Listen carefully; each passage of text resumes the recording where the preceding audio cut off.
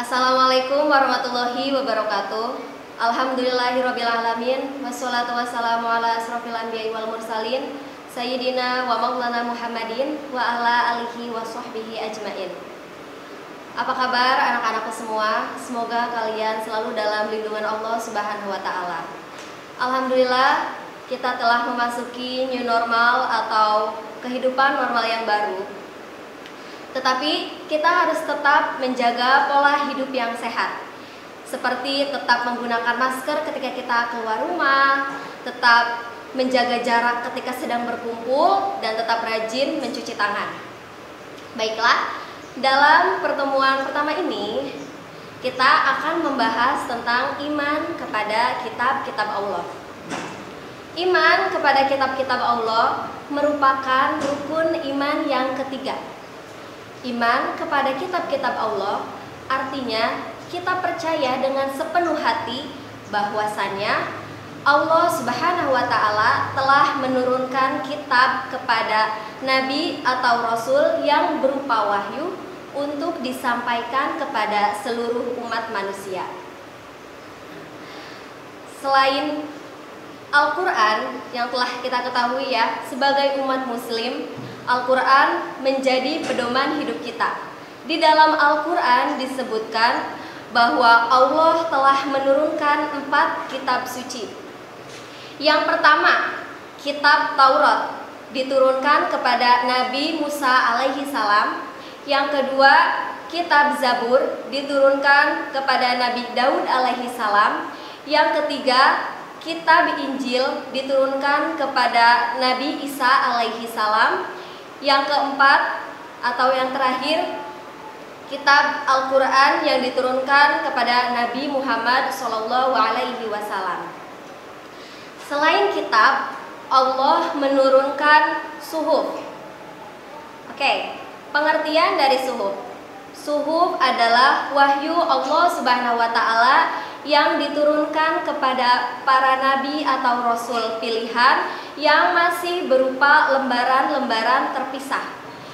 Suhuf tidak wajib untuk disampaikan kepada umatnya. Suhuf isinya lebih simpel ya. Selanjutnya, para nabi atau rasul yang menerima suhuf. Yang pertama, Nabi Adam sebanyak 10 suhuf. Yang kedua, Nabi Shish menerima 50 suhuf. Yang ketiga, Nabi Idris menerima 30 suhuf. Yang keempat, Nabi Ibrahim sebanyak 10 suhuf. Dan yang terakhir, Nabi Musa menerima 10 suhuf beserta kitab Taurat. Selanjutnya, pengertian dari kitab. Kitab merupakan wahyu Allah Subhanahu wa ta'ala yang sudah dibukukan atau dibuat kitab. Kitab wajib disampaikan kepada umatnya. Tidak seperti suhuf. Suhuf itu tidak wajib untuk disampaikan kepada umatnya.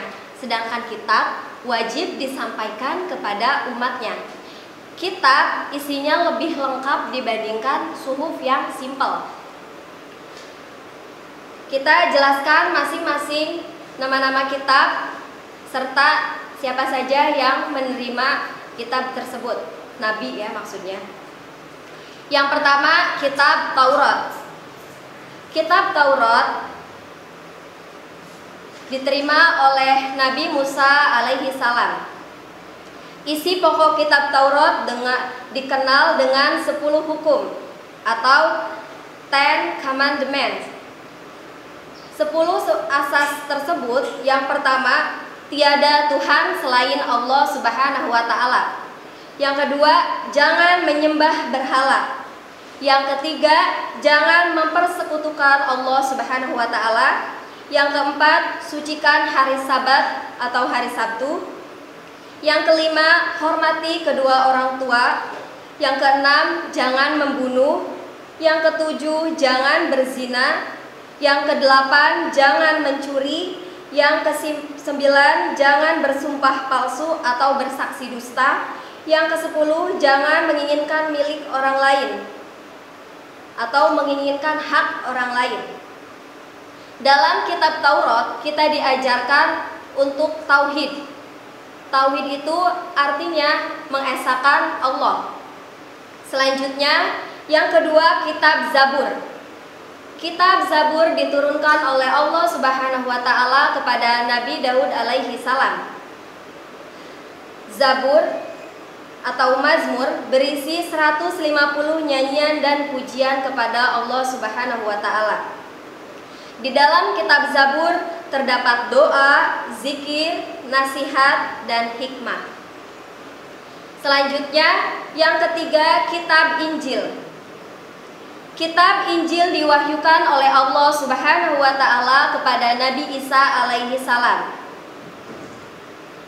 Kitab Injil yang diturunkan kepada Nabi Isa memuat keterangan-keterangan yang benar dan nyata, yaitu perintah-perintah Allah Subhanahu wa taala agar manusia mengesahkan dan tidak menyekutukan Allah dengan suatu apapun.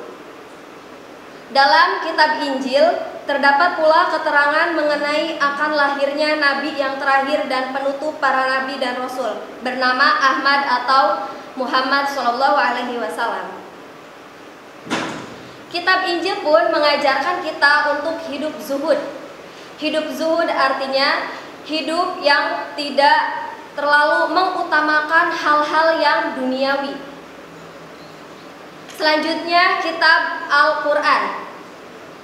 Sebagai orang muslim, kita pasti tahu apa sih Al-Quran itu, karena Al-Quran menjadi pegangan hidup kita. Semua hukum, baik hukum apapun itu ilmu, semuanya ada di dalam Al-Quran. Kitab Al-Quran merupakan kitab yang diturunkan Allah Subhanahu wa taala kepada Nabi Muhammad sallallahu alaihi wasallam. Kitab Al-Quran diturunkan secara berangsur-angsur selama 22 tahun, 2 bulan, 22 hari. Al-Quran diturunkan pertama kali pada tanggal 17 Ramadan. Ayat pertama yang diturunkan yaitu surat Al-Alaq ayat 1 sampai dengan ayat 5. Semuanya hafalan ya? Hafalah ya? Oke.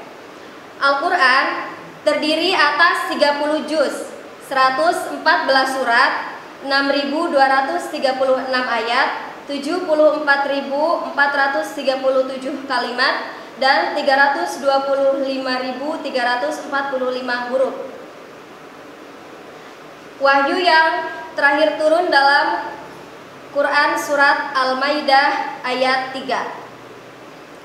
Selanjutnya, nama-nama lain dari Al-Quran. Yang pertama, Al-Huda, artinya Al-Quran sebagai petunjuk seluruh umat manusia. Yang kedua, Al-Furqan, artinya Al-Quran sebagai pembeda antara yang baik dan yang buruk. Yang ketiga, Asy-Syifa, Al-Quran artinya sebagai penawar atau obat penenang hati. Yang keempat, Az-Zikr, artinya Al-Quran sebagai peringatan adanya ancaman dan balasan. Yang kelima, Alkitab, artinya Al-Quran adalah firman Allah Subhanahu wa taala yang dibukukan. Mungkin untuk pertemuan ini kita akhiri sampai di sini. Terima kasih atas perhatiannya. Wallahul muwaffiq ila aqwamit thoriq. Wassalamualaikum warahmatullahi wabarakatuh.